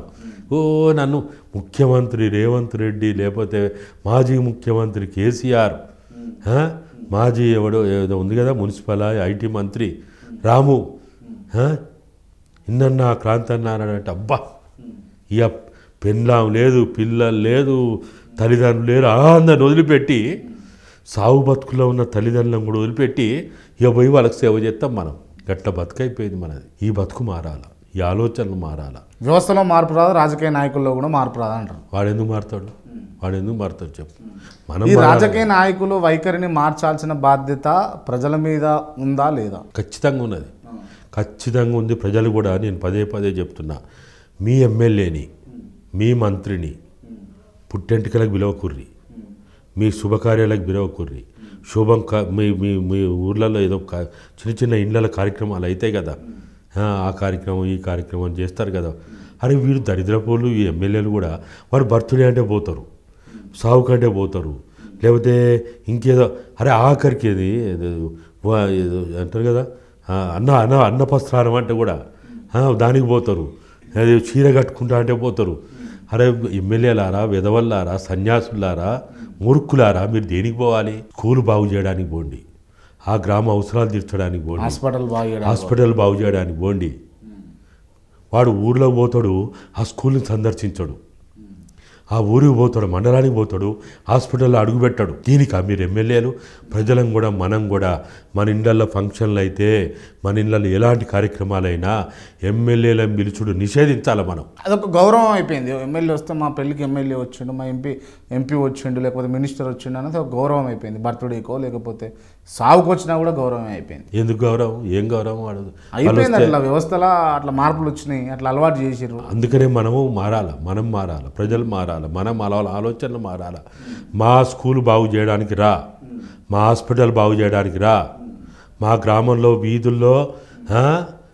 వీధుల్లో డ్రైనేజ్ ఏర్పాటు చేయడానికి, లేకపోతే ఇంకో ఏదో బాగు చేయడానికి, లేకపోతే మా ఊర్లో ఒక చిన్న కుటీర పరిశ్రమ ఏర్పాటు చేయడానికి రా, మా చెరువు బాగు చేయడానికి రా, మా కుంటలు బాగు చేయడానికి రా, మా వర్షాధార జలాలన్నీ కూడా మా చెరువులో పోయేటట్టు ఫీడర్ ఏవైతే ఫీడర్ కాలువలు ఉంటే వాటిని బాగు చేయడానికి రా. మనము మన పెద్ద జీతగాన్ని ఎందుకు పెట్టుకుంటాం? మన జీతగాళ్ళని ఎందుకు పెట్టుకుంటాం చెప్పు? ఊర్లల్లో మనకు పని చేసి పెడతాడు, మన అవసరాలు తీరుస్తాడు కాబట్టి పెట్టుకుంటాం. అంతేనా? మన ఇంట్లో పండుగలు పబ్బాలు చేయడానికి పెట్టుకుంటామా? లేదు, ఓన్లీ మన అవసరాలు తీరుస్తాడు. మనం చెప్పిన మన వ్యవసాయం చేయడానికి, మన ఆవులని, మన గొర్రెలని, మన బర్రెలని మేపడానికి, మొత్తం మన వ్యవసాయం, మనకు కావాల్సిన అన్ని పనులు చేయడానికి మన జీతకాలం పెట్టుకుంటాం. కూలోళ్ళం కూడా ఎందుకు పిలుస్తాం? ఆ రోజు పని ఏదైనా ఉంటే పని అప్పచెప్పి పని క్లియర్ చేయించుకుంటాం. అంతే కదా. అంతే. మరి పని చేసుకోవడానికి మన పనులు, మన అభివృద్ధి, మన అవసరాలు, మన సమాజ అభివృద్ధి, మన సమాజ అవసరాలు తీర్చడానికి మనం వాళ్ళని జీతగాళ్ళ లెక్క పెట్టుకుంటే వాళ్ళని అట్లా పని చేయించాలి. కానీ మనం దావతలకు పిలుచుడు, ఊరేగింపుడు, ఊడిగం చేసుడు అవుతుంది. ఎట్లా కరెక్ట్ ఇది? ఖచ్చితంగా వ్యవస్థలో మార్పు రావాలి, ప్రజలల్లో మార్పు రావాలి, వ్యవస్థలో మార్పు తీసుకొని రావాలి. మేధావులు అనే వాళ్ళు ఎవరన్నా ఉన్నారు అని అంటే నిజంగా కళ్ళు తెరవాల్సిన సమయం అయితే వచ్చింది. ఈ మీడియా అన్నిటికంటే ముందు మీడియా తెరవాలి. ఇప్పుడు ఎక్కడో ఏదన్నా జరిగితే అరే వాడు దొంగతనం చేసిండు, లంగతనం చేసిండు, మోసం చేసిండు, అంతకుడు వాడు ఒక రౌడీ, ప్రజలకి పట్టి పీడించుటోడు, వానికి బ్రేకింగ్లట, వానికి ఎక్స్క్లూజివ్ ఇంటర్వ్యూలట, వానికి ఇంకేదోనట. అసలు నిజంగా చెప్పాలంటే సమాజం నుంచి వాళ్ళని వెలివేయాలి, మీడియా వాళ్ళని వెలివేయాలి. మీడియా పాత్ర ఇప్పుడు సమాజంలో ఫస్ట్ మనకున్నది లెజిస్లేటివ్ వ్యవస్థ. భారత రాజ్యాంగం ప్రకారం మనకున్నది లెజిస్లేటివ్ వ్యవస్థ. తర్వాత ఎగ్జిక్యూటర్స్ అంటే ఇక మొత్తం పాలనా రంగంలో అందరు ఆఫీసర్లు, క్లర్కులు, అటెండర్లు, వాచ్మెన్ అందరు ఇక వాళ్ళు వస్తారు. ఈ లెజిస్లేటర్సు తప్పు చేస్తే ఎగ్జిక్యూటర్స్ సవరించాలి. ఈ లెజిస్లేటరు, ఎగ్జిక్యూటర్ ఇద్దరు తప్పు చేస్తే జ్యుడిషియరీస్ కట్టుదిట్టం చేయాలి. ఈ లెజిస్లేటరు, ఎగ్జిక్యూటరు, జ్యుడిషియరీ కూడా కళ్ళు మూస్తే ప్రజలు ఫోర్త్ ఎస్టేట్గా ఉన్న మీడియా కళ్ళు తెరిపియాలి. మరి మీడియా కూడా కళ్ళు మూసుకుంటే ఇక ప్రజలకు ఎవడు ఎట్టి పరిస్థితుల్లో కూడా మీరు అన్నట్టు కొన్ని ఛానళ్ళు ఉండవచ్చు, బట్ మా కేఆర్ టీవీ అయితే అట్లా ఉండదు. నిజాన్ని నిజంగా వాస్తవాన్ని వాస్తవంగా తప్పును తప్పని నిజంగా మేమైతే చూపించే ప్రయత్నం అయితే ఎల్లవెల్ల చేస్తా ఉన్నాం. అందుకే మీలాంటి వాళ్ళు ఉన్నారు కాబట్టి ఇంకా సమాజంలో ఇంకా కొంత ఇటువంటి మార్పులు వస్తున్నాయి. ఇంకా దొంగలకు సద్దులు మోయకుండా, పెద్ద దొంగకు సద్దు మోయకుండా చిన్న దొంగకు సద్దు మోసే పరిస్థితులన్నీ వస్తున్నాయి. కాబట్టి ఖచ్చితంగా ఇంకా మీలాంటి వాళ్ళు ఇంకా పెరగాల్సిన అవసరం ఉంది. మీరు గనుక నిజాన్ని నిప్పులాగా, నిజాన్ని క్రాంతిలాగా, వెలుతురులాగా ఇంకా తీసుకురండి. మనం ఖచ్చితంగా సమాజంలో మార్పు వస్తుంది. మనం నిరాశపడొద్దు. మనం సమాజంలో మార్పు రాదు, ప్రజల్లో మార్పు రాదు అని మనం అనుకోవద్దు. ఎవడో ప్రొఫెసర్లు లేకపోతే మేధావులు, నా దృష్టిలో మేధావులు అంటే వాళ్ళు కూడా అందరూ కూడా మేధావులు. వాడు మేసుకుంటూ కూర్చుంటారు, వాళ్ళు భజన చేసుకుంటూ కూర్చుంటారు. వాళ్ళ కాదు. మీలాంటి వాళ్ళు ఇంకా రావాలి. మీలాంటి యువకులు ఇంకా రావాలి. ఈ సమాజం మీ మీదనే ఆధారపడి ఉంది, మీలాంటి వాళ్ళ మీదనే ఆధారపడి ఉంది. తెలంగాణ తెచ్చుకున్నది మీరు ఈ సమాజాన్ని కాపాడడానికే తెలంగాణ తెచ్చుకున్నాము. కాబట్టి ఖచ్చితంగా మేమైతే ఆశాజీవులుగా ఉన్నాం. ప్రజలు కోరుకున్న, ప్రజలు ఆశించిన తెలంగాణ ఖచ్చితంగా ఏ రోజైనా, ఇవాళ కాకపోయినా ఇంకా 5 ఏళ్ళకి 10 ఏళ్ళకైనా వచ్చి తీరుతుంది. ఇది సైకిల్. ఇది సమాజం అనేది మారుతూ వస్తుంది. ఎప్పుడు ఏది జడత్వంతో ఉండదు. సమాజం అస్సలే ఉండదు. జడత్వం అనేది సమాజంలో ఉండదు. నిరంతరం ప్రకృతి మారుతూ ఉంటుంది. కాలాలు, ఒక సంవత్సరానికి 3 కాలాలు, ఎండాకాలం, వానాకాలం, వర్షాకాలం. ఎట్లయితే మారుతూ వస్తుందో ప్రకృతి చాలా గొప్పది.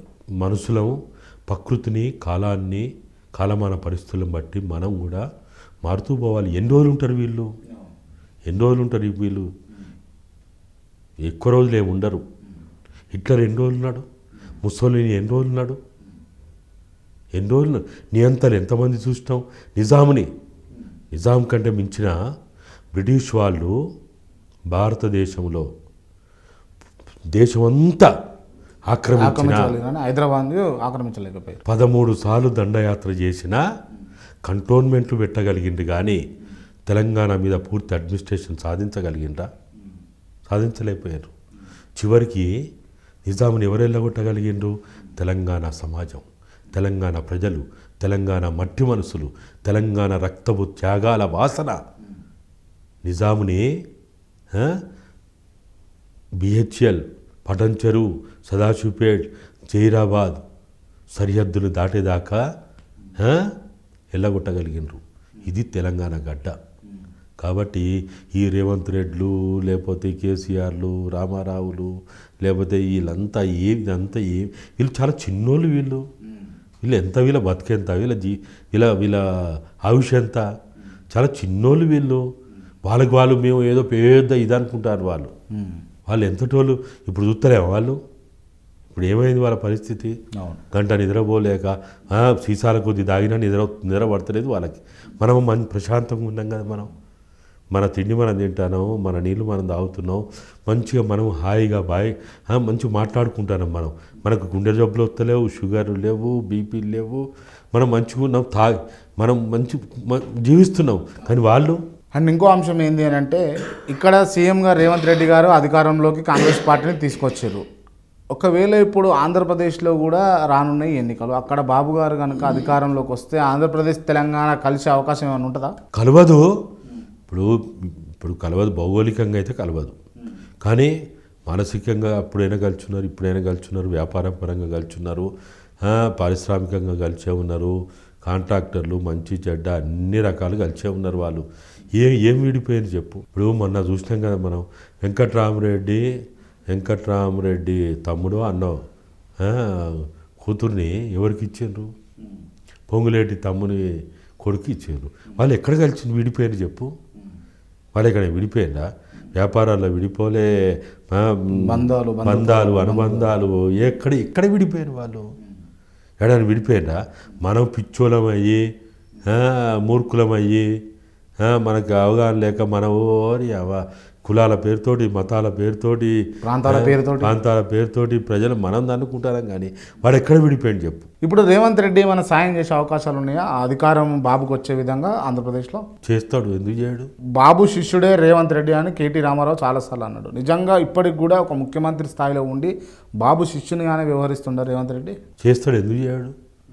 ఖచ్చితంగా దీంట్లో ఏమి పెద్దగా అనుమానపడాల్సిన అవసరం లేదు. వీళ్ళందరి ప్రయోజనాలు కాపాడుకోవడం కోసమే వాళ్ళు ప్రయత్నాలు చేస్తారు. ఒకవేళ చిన్న చిన్న తగాదాలు ఉంటే కూడా వీళ్ళకి కూడా కులగురువులు ఉంటారు. ఆ కులగురువులు వీళ్ళని కలుపుతారు, సర్ది చెప్తారు. అరే ఇట్లా కాదురా బిడ్డ, అట్లా కాదురా బిడ్డ, అదిరా ఇదిరా అది ఏదో చెప్తారు. తప్పని వీళ్ళంతా మళ్ళా ఎక్కడోడక్కడ సర్దుకపోతూనే ఉంటాడు. వీళ్ళు ఎక్కడ ఎవరికి ఒకరికొకరు నష్టం చేసుకోరు. ఇదంతా కూడా మనన్నే ఉత్తగా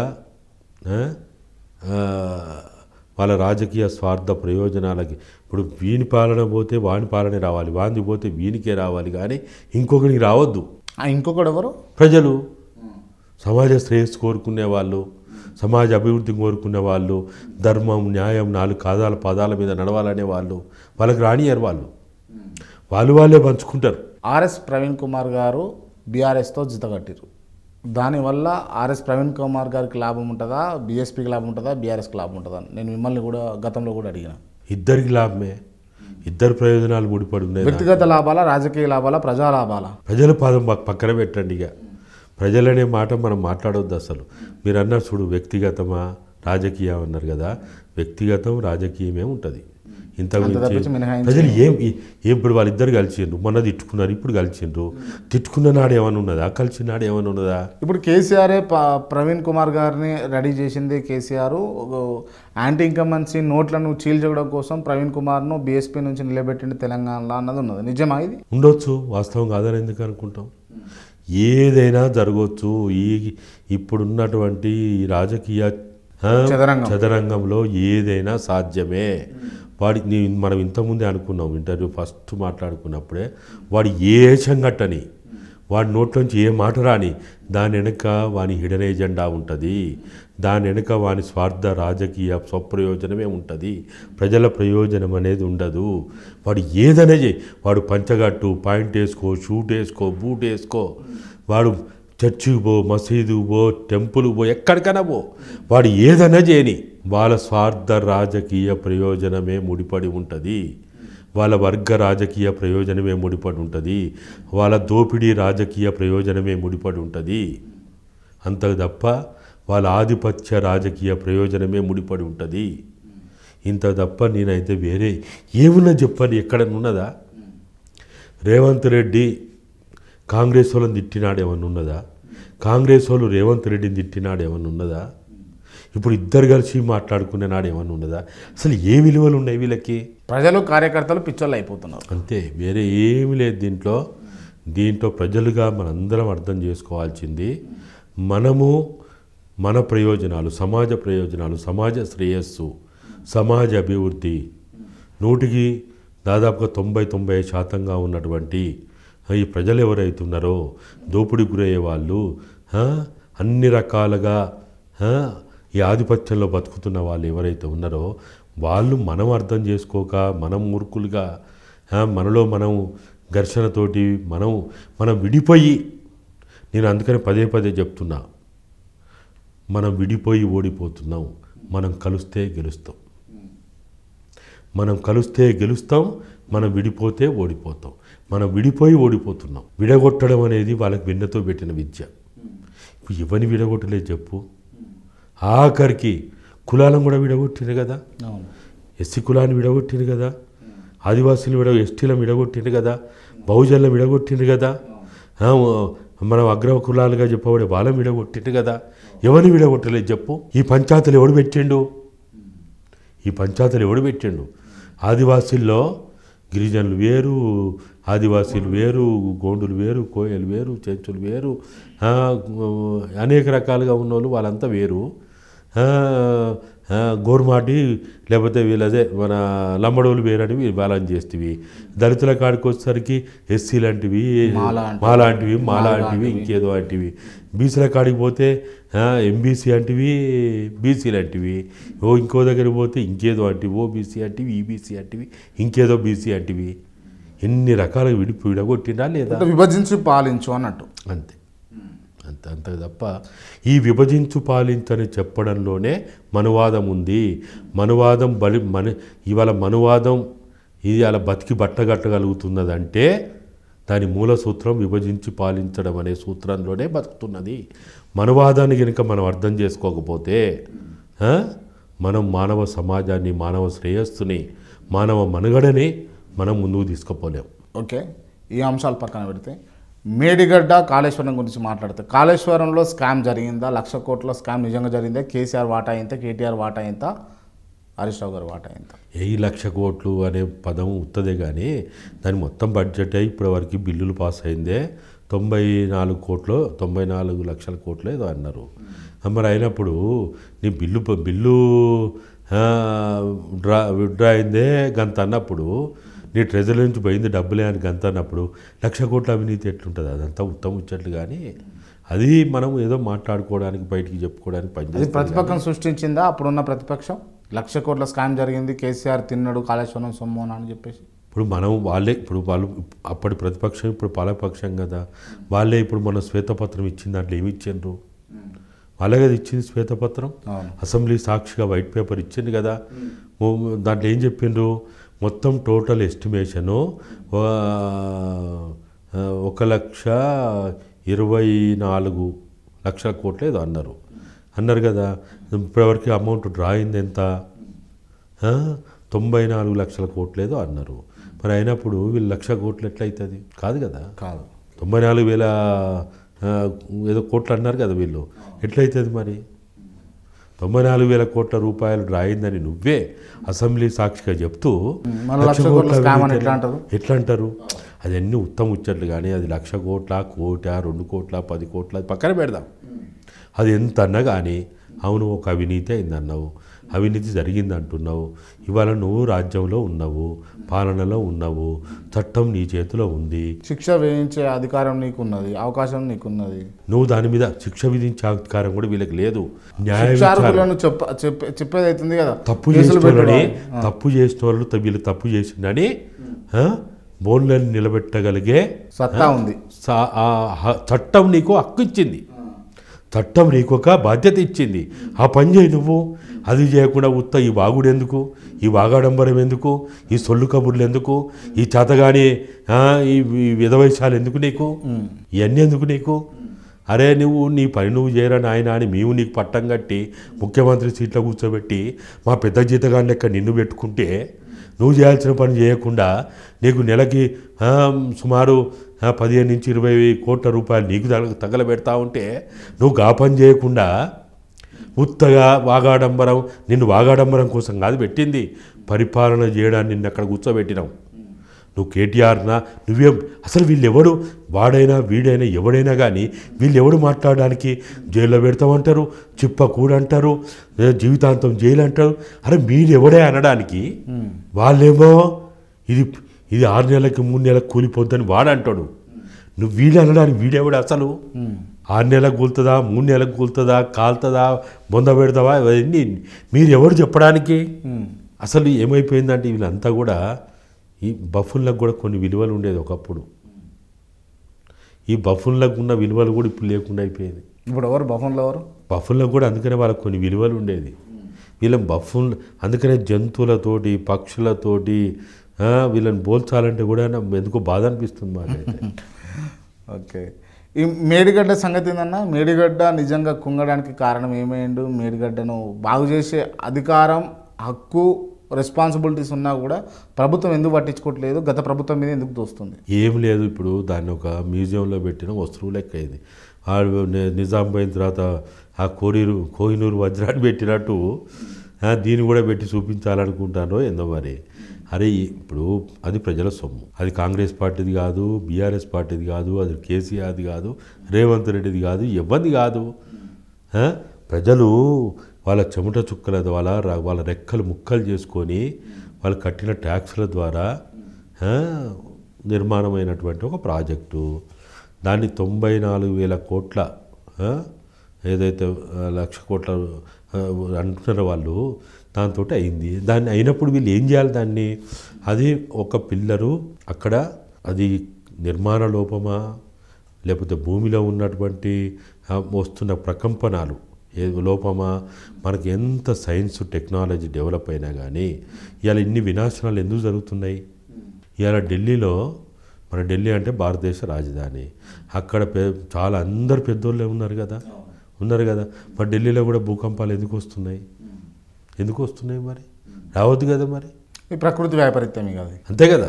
అంటే ప్రకృతిలో భూమిలో ఉన్నటువంటి అనేక రకాలైనటువంటి ప్రకంపనల కారణంగా కొన్ని మన ఊహకు అందని కూడా జరుగుతూ ఉంటాయి. మనం అన్నీ ఊహించలేం కదా. మనం ఎంత ఊహించి చేసినా కొన్నిసార్లు ఊహకందని విషయాలు కూడా జరుగుతాయి. అది కూడా ఊహకంద ఎల్లంటోని కానీ లేకపోతే అప్పుడున్నటువంటి ఇంజనీర్లకు కానీ ఊహకు అందకపోవచ్చు. ఏదేమైనా మొత్తానికైతే ఒక లోపం జరిగింది. అది క్షమించగలిగిందా, క్షమించలేదని అది ఎవరు తేల్చాలి? అది మానవ తప్పిదమా, లేకపోతే ప్రకృతిలో వచ్చిన వైపరీత్యాల కారణంగా తప్పిదమా? అది ఏ తప్పిదం అనేది ఎవరు తేల్చాలి? నేషనల్ డ్యామ్ సేఫ్టీ అథారిటీ తేల్చాలి. మీ ఇప్పుడు ఒక యాక్సిడెంట్ అయితే పోలీసుల పని ఎంతవరకు? అది అక్కడ ఫస్ట్ హ్యాండ్ ఇన్ఫర్మేషన్ చేపట్టేంతవరకు. శిక్ష చేసే పని ఇవ్వండి జడ్జి గారిది, కోర్టుది ఉంటుంది. అంతేగాని పోలీసు వాడు ఎత్తాడా? మీడియా ఎత్తదా? ఏది కదా. ఆడ చూసిన వాళ్ళు ఎత్తారా? ఏరు కదా. ప్రతిదానికో బాధ్యత ఉంది. ఇక్కడ కూడా ఇటువంటి ప్రమాదాలు జరిగినప్పుడు, ఇటువంటి నష్టాలు జరిగినప్పుడు మనకు ఒక వ్యవస్థ ఉంది. నేషనల్ డ్యామ్ సేఫ్టీ అథారిటీ అనే ఒక సంస్థ ఉంది.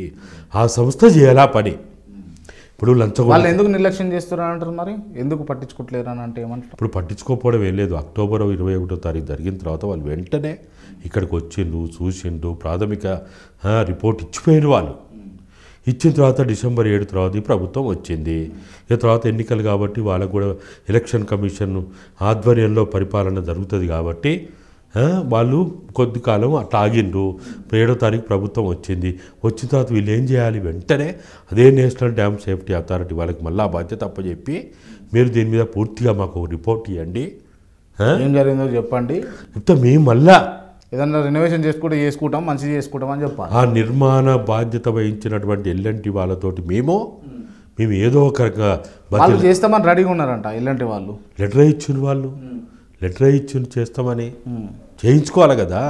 ఇప్పుడు మీ గొడవలు పక్కన పెట్టి మీ రాజకీయ చదరంగం, మీ రాజకీయ జూదంలో ఒక బలి చేస్తారు. ప్రజలని నష్టం చేస్తే ఎట్లా? ప్రజల్ని పావులుగా వాడుకోవద్దు కదా. శవాల మీద పేలాలు ఏరుకొని మీరు ఇక్కడ దాకా వచ్చారు. ఇంకా మీరు చచ్చిపోయిన వాళ్ళ మీద రాజకీయాలు చేసే మీరు ఇక్కడ దాకా వచ్చారు. మీరు ప్రజల మీద కూడా చేస్తే ఎట్లా? ప్రజల జీవితాలతో ఆడుకోవద్దు కదా. తప్పు చేసిండు, అది కేసీఆర్ తప్పు చేస్తే కేసీఆర్ మీద కేసులు పెట్టండి, కేసీఆర్ మీద విచారణ చేయండి. కేసీఆర్ మీద దానికి సంబంధించినటువంటి న్యాయ విచారణలో ఆయన దోషిగా తేలితే జైల్లో పెట్టాలి. వద్దని ఎవడంటాడు? ఎవడని అంటాడా? అన్నారు. ఎవడంటలేడు కదా. Right, okay. ఇవన్నీ అంశాలు పక్కన పెడితే ఇనన్నా ఇప్పుడు ప్రభుత్వం పడిపోయిన తర్వాత, ప్రభుత్వం కూలిపోయిన తర్వాత కేసీఆర్ గారి నుంచి మీకు ఏమైనా ఫోన్ వచ్చిందా? కేసీఆర్ గారు మీకు ఏమైనా కబురు పెట్టిరా? అంటే నాకైతే ప్రత్యేకంగా అటువంటిది ఏం లేదు. కాకపోతే ఏంటంటే మేము తెలంగాణ రాష్ట్ర సాధన అంశంగా మేము చూసినప్పుడు ఏంటంటే తెలంగాణకి ఒక రీజనల్ పార్టీ ఉండాలి, తెలంగాణ ఏజెండాగా ఉండేటువంటి పార్టీ ఉంటే బాగుంటుంది అనేది ఆలోచనతోటి మేము సరే వాళ్ళు టీఆర్ఎస్ని బీఆర్ఎస్ చేసి వాళ్ళు మొత్తంగా కూడా తెలంగాణ ప్రజలకు దూరమైంది కాబట్టి ఆ పార్టీకి సంబంధించిన వాళ్ళు ఎవరన్నా నా దగ్గరికి వచ్చి అడిగినప్పుడు, చర్చించినప్పుడు, మాట్లాడినప్పుడు నాకు నేనుగా మాత్రం ఫస్ట్ మీరు చేయాల్సిన పని నెంబర్ 1 బీఆర్ఎస్ను టీఆర్ఎస్ చేయండి. నెంబర్ 2 9.5 సంవత్సరాల ఉద్యమ ఆకాంక్ష నెరవేర్చకుండా కుటుంబ పాలన అంటవా, కోటరీ పాలన అంటవా, లేకపోతే ఇంకా ఒక కుల సంబంధించిన పాలన అంటావు ఏదన్నా కానీ తెలంగాణకు జరిగిన విధ్వంసాన్ని దృష్టిలో పెట్టుకొని ఆ రోజు మీరు ఒక మైకంలో ఉన్నారు, ఒక మత్తులో ఉన్నారు, ఒక రకమైన కళ్ళద్దాలు పెట్టుకొని పచ్చకామర్లోనికి అంత పచ్చగా ఉన్నట్టు కనపడినట్టు మీకు ఆ రోజు కనపడవచ్చు. ఈరోజు మీరు ఓటమి పాలైన తర్వాత వాస్తవాలు తెలుస్తూ ఉన్నాయి కాబట్టి ఈ వాస్తవాలను దృష్టిలో పెట్టుకునైనా మీరు జరిగిన పొరపాటుకి మీరు తెలంగాణ సమాజానికి మీరు క్షమాపణ చెప్పండి. ఉద్యమ ఆకాంక్షలు నెరవేర్చడంలో కానీ లేకపోతే 13 సంవత్సరాల రాష్ట్ర సాధన క్రమంలో చెప్పిన అంశాలని అమలు చేయడంలో కానీ మేము విఫలమైనమో, మేము చేయలేకపోయినామో, కొంత చేసి మొత్తం చేయలేకపోయినామో ఏదైతే ఉందో దాని మీద మీరు బహిరంగంగా ప్రజలకి వివరణ ఇచ్చుకోండి. ఎప్పుడు కూడా నేను తప్పు చేసి ఎంత పెద్దోడైనా సరే తప్పు చేస్తే క్షమిస్తారు. ప్రజలు చాలా గొప్పవాళ్ళు, ప్రజల క్షమాగుణం ఎక్కువ ఉంటుంది. కాబట్టి అది 2వ అంశంగా చెప్పిన. ఇక 3వ అంశము, ఇప్పటికైనా మీరు 39 మంది మీకు ఒక మంచి గౌరవప్రదమైన ప్రతిపక్ష పాత్ర పోషించడానికి ఒక అవకాశం ఇచ్చింది తెలంగాణ సమాజం. 39 మంది అంటే పెద్ద తక్కువేం కాదు. మీరేందో ప్రూవ్ చేసుకొని తెలంగాణ ప్రజల పక్షాన ఉండి చూపించాలని అంటారు. ప్రజల గొంతుకగా ఉండండి, ప్రజల సమస్యల ఏజెండా మీద పనిచేయండి అని ఇవి చేస్తే అది 3 నెలలక 6 నెలలక సంవత్సరానిక లేకపోతే ఇంకోట. ఇప్పుడు ఒక్క ఎన్నికతో పోలే, ఇప్పుడు ఎంపీ ఎన్నికలు ఉన్నాయి, దాని తర్వాత లోకల్ బాడీ ఉన్నాయి, దాని తర్వాత మున్సిపాలిటీ ఉన్నాయి, కార్పొరేషన్లు ఉన్నది, జిహెచ్ఎంసీ ఉన్నది, సర్పంచ్ ఎన్నికలు, ఎన్నో రకాల ఎన్నికలు ఉన్నాయి కదా. నువ్వు కట్టెలమ్మిన కాడ పూలమ్మడం నేర్చుకో, పూలమ్మిన కాడ కట్టెలమ్మడం నేర్చుకో, నువ్వు ఎక్కడ పోగొట్టుకున్నావు అక్కడ సాధించుకోవడం నేర్చుకో. రైట్. ఇప్పుడు తెలంగాణ ఏర్పడడంలో మీలాంటి వాళ్ళ పాత్ర ఎంత ఉందో అన్నది కేసీఆర్కి తెలుసు కదా. ఇప్పుడు అధికారం చేజారిపోయింది, సరే అధికారం ఉన్నప్పుడు పట్టించుకోలేదని చెప్పేసి మీరు గతంలో చెప్పినటువంటి అంశం. ఇప్పుడేమన్నా పిలిస్తే మీరు వెళ్ళే అవకాశం ఏమైనా ఉంటుందా? మీలాంటి వాళ్ళు చాలామంది ఉన్నారు కదా, కేసీఆర్ గారి పాత టీం. మేము ఆయన పిలిచినా పిలవకున్నా, మాకు పెద్దపీటలు వేసినా, మాకు దండలేసి ఆహ్వానాలు తెలపకున్నా, రెడ్ కార్పెట్లు ఏం అవసరం లేదు. మేము అడుగుతున్నది ఒకటి, అప్పుడైనా ఇప్పుడైనా ఫస్ట్ మీరు మారండి. ఈ ఫామ్ హౌస్ రాజకీయాలు తెలంగాణ తెచ్చుకున్నది ఫామ్ హౌస్ రాజకీయాలు చేయడానికి కాదు, కోటరీ రాజకీయాలు చేయడానికి కాదు, కుటుంబ రాజకీయాలు చేయడానికి కాదు. తెలంగాణ తెచ్చుకున్నది 4.5 కోట్ల తెలంగాణ ప్రజల కోసం తెచ్చుకున్నాము. ప్రజల్లో ఇప్పుడు తెలంగాణ రాష్ట్ర సాధనకు మనం అప్పుడు ఏం చెప్పినాము? గొంగడి పురుగుని ముద్దాడుతాం, కుష్ఠరోగుని కవలించుకుంటా అని చెప్పినావు. అరే ఇవాళ గొంగడి పురుగు కంటే కుష్ఠరోగు కంటే అధ్వానం కనపడతాడువా? కాదు కదా. డైలాగులు కొట్టాం కదా, ఎక్కడ పోయాడు ఈ డైలాగులు? గొంగడి పురుగును ముద్దు పెట్టుకుంటాం, కుష్ఠరోగుని కవలించుకుంటాం అని అన్నాడు. అంత పెద్ద పెద్ద గొప్ప మాటలు మాట్లాడి హరియాల మాకు కుష్ఠరోగం లేదు, గొంగడి పురుగులం కాదు, మా ముద్దు కూడా అవసరం లేదు, ఏది అవసరం లేదు, తెలంగాణ రాష్ట్ర సాధన ఉద్యమ ఆకాంక్షలు కోసం చర్చలు రమ్మంటున్నాం మేము. లేవు నువ్వు విలువ. ఇప్పుడు కేఆర్ఎంబీ విషయంలో ఆయన నల్గొండ పోయి ప్రకటన చేసిండు, ఢిల్లీ పోయి అఖిలపక్షం ద్వారా పోయి అది సాధన చేసేదాకా అక్కడనే కూర్చొని కొట్లాడదామని ఓ పెద్ద డైలాగులు వచ్చిండు. ఏది మరి? ఫిబ్రవరి 13 డైలాగులు కొడితే ఇవాళ ఎంత? మళ్ళా మార్చి 11వ తారీఖు వచ్చింది. ఏమైంది? ఎక్కడున్నది? కాబట్టి వీటన్నిటితోటి కాదు, ఇవాళ మనం చేయాల్సిన పని ఏంటంటే, మేము పిలిచినా పిలవకున్నా తెలంగాణ రాష్ట్ర సాధన ఉద్యమ ఆకాంక్షల కోసం ఎవడు పెద్దపీట వేసినా పీట వేయకున్నా మాకు ఎలాంటి ఆహ్వానాలు అవసరం లేదు. వాళ్ళు ఆ ఫామ్ హౌజులు, ఆ బందీఖానలోంచి వాళ్ళు వాస్తవంగా చెప్పినప్పుడు జైల్లో ఉన్నారు. వాళ్ళు ఆ జైల్లోంచి బయటకు వస్తే, ఆ కుల పిచ్చిలోంచి, ఆ వర్గ పిచ్చిలోంచి, ఆ మదమెక్కిన అహంకారం నుంచి బయటకు వస్తే ఎందుకు మాకు ఇప్పుడు కేసీఆర్ తోటి మాకు గెట్టు పంచాయతీ లేదు, చెట్టు పంచాయతీ లేదు, పుట్ట పంచాయతీ లేదు. అరే మాకు ఆయనకి ఏమున్నదా చెప్పు, ఎందుకు ఏముంటుంది చెప్పు. వాళ్ళు అంటే నేను అనేది ఏంటంటే, పిలిస్తే మీరు పోయి సలహాలు సూచనలు ఇచ్చే అవకాశం ఉంటుందా అని అడుగుతున్నాను. నేను పిలవకుండా ఇస్తా అంటున్నా, మీ ద్వారా ఇప్పుడు ఇస్తున్నా కదా. పిలిస్తే సంతోషం, ఎందుకు ఇయ్యం? ఖచ్చితంగా ఇస్తాం. ఇదే రేవంత్ రెడ్డి గారు పిలిచి ఏమన్నా సలహాలు సూచనలు అడిగితే ఇప్పుడు మీరు చెప్పిన ఇంటర్వ్యూలో మొన్న మమ్మల్ని పిలిచిండు సెక్రటరియట్కి, పోయినాం, చెప్పినాం, అన్ని చెప్పినాం, అన్ని మాట్లాడినాం. అహంకారిగా బిహేవ్ చేసిన భాష మార్చుకోవాలని కూడా చెప్పినాం. భాష మార్చుకోవాలని చెప్పినాం. ఏ భాష అన్నాడు, ఏ పదాలు అన్నాడు, పదాలు కూడా చెప్పినాం. మగతనం అయితే, మొగోడివైతే ఆ పదాలు వాడొద్దని చెప్పినాం. బట్టలు ఇప్పుతా లావుల తొందరలు దొరికిస్తా అది ఇది అని అంటాడు. పదాలు మార్చుకోవాలని చెప్పినాం. నేను ముఖ్యమంత్రి చేసింది సీట్లో కూర్చోబెట్టింది ఈ పదాలు ఈ బాగడానిక ఇటువంటి మాట్లాడాలి. ఏమన్నాడు ఇన్నా నువ్వేంది నాకు చెప్పేది అన్నట్టుగా చూసి అట్లా అంటాడు. గంత అనే సీన్ ఉండదు ఆడ. అంత అంటే ఊరుకుంటావా? అంటే ఆ చూపులు ఏమన్నా అహంకారిగా అనిపించినా ఫ్రెండ్లీగా అన్న వాళ్ళు తేనె పూసిన కత్తులు, వాళ్ళు తేనె పూసిన కత్తులు, వాళ్ళు ఏమన్నారు ఇంకా నవ్వుతారు బ్రహ్మాండంగా. అవునన్నా మంచిదే అన్న కరెక్టే అన్న. మాకేదో చెప్పబోయిండు. మాకేం చెప్పిండంటే ఎదుటోడు ఫుట్బాల్ ఆడుతుంటే నేను వాలీబాల్ ఆడితే ఎట్లుంటుంది అని అన్నాడు. అరే ఆయన ఫుట్బాల్ ఆడినా నువ్వు వాలీబాల్ ఆడినా మీ ఆట కాదు మాకు కావాల్సింది మీరు ఒక ముఖ్యమంత్రి అనే చట్టబద్ధమైన రాజ్యాంగబద్ధమైన పదవిలో ఉన్నారు. మగతనం మొగోడివైతే ఈ కాదు. ఇవాళ తెలంగాణ మహిళలు అవి వినడానికి అసహ్యంగా ఉన్నారు. వాళ్ళు మేము ఇంకా పదాలు వాడలేదు కానీ బయటకు వచ్చినా చెప్పినాము. ఒకసారి ఈ పదాలన్నీ తీసుకుపోయి రేవంత్ రెడ్డి గారు ఆయన ఇంటికి పోయి భార్యని అడగమను. ఎవరిని వద్దిగా భార్య మెచ్చుకుంటుందేమో అడగమను, బిడ్డ మెచ్చుకుంటుందేమో అడగమను. సరే అక్కడ అందరి ముందు అడగడం బాగుండదని అవమానపరిచినట్టు ఉంటుందని చెప్పలేదు కానీ బయటకు వచ్చినా చెప్పిన వాళ్ళ పార్టీ నాయకులకి. ఎవరు మెస్తారు? ఇటువంటి ఎవరు మెస్తారు చెప్పు? పైకి ఎన్ని మాట్లాడినా ఇప్పుడు లిక్కర్ ఒక మహిళగా ఉండి ఆ లిక్కర్ దందాలు ఇరుక్కున్నందుకు కేటీఆర్ లేకపోతే శోభోదిన సారీ మన శేఖర్ అన్న శోభోదిన మెచ్చుకుంటాను ఆమెని. పైకి ఏదో వెనకేసుకొస్తారు, లోపల ఇట్లా బండబూతులు తిడుతున్నారు వాళ్ళు. కవితని ఎవడు మెచ్చుకుంటాడు చెప్పు? గొప్ప పని చేసినావు, మంచి పని చేసినావు, నీ అంత గొప్పది లేదని వాడు మెచ్చుకుంటాడా? మనసాక్షి నోడు ఎవ్వడు మెచ్చుకోడు. ఇప్పుడున్నటువంటి తెలంగాణ రాష్ట్ర కొత్త ప్రభుత్వంలో ఉన్నటువంటి కొంతమంది పేర్లు, అదే ప్రతిపక్షంలో ఉన్నటువంటి కొంతమంది పేర్లు నేను చెప్తా. వాళ్ళకి సంబంధించి నాన్న గారు మీరు వన్ వర్డ్ ఆన్సర్లో వాళ్ళ గురించి మీరు ఏమనుకుంటారో చెప్పాలి. ముందుగా మన ముఖ్యమంత్రి రేవంత్ రెడ్డి అనే ఒక ముఖ్యమంత్రి ఈ ప్రజల నాడి వాడి తెలిసినటువంటి వ్యక్తిగా ఆయన ఏ జెండాకి ఏ గొడుగుకి ఎట్లా ఏ ఏషాలు కట్టాలని ఆయన బాగా తెలిసిన వ్యక్తి. ఒక్కటే వాటిలో చెప్పాలి, కేసీఆర్ ప్రజలకి ఎట్లా ఒప్పించాలి, మెప్పించాలి, తనను లోబర్చుకోవాలని తెలిసిన వ్యక్తి. కేటీ రామారావు నా దృష్టిలో కేటీఆర్ రామారావుకి ఏమీ తెలియదు. ఒక సన్యాసి అంటే కూడా అది గొప్ప పదం అవుతుంది నా దృష్టిలో. ఒక దద్దమ్మ అసలు.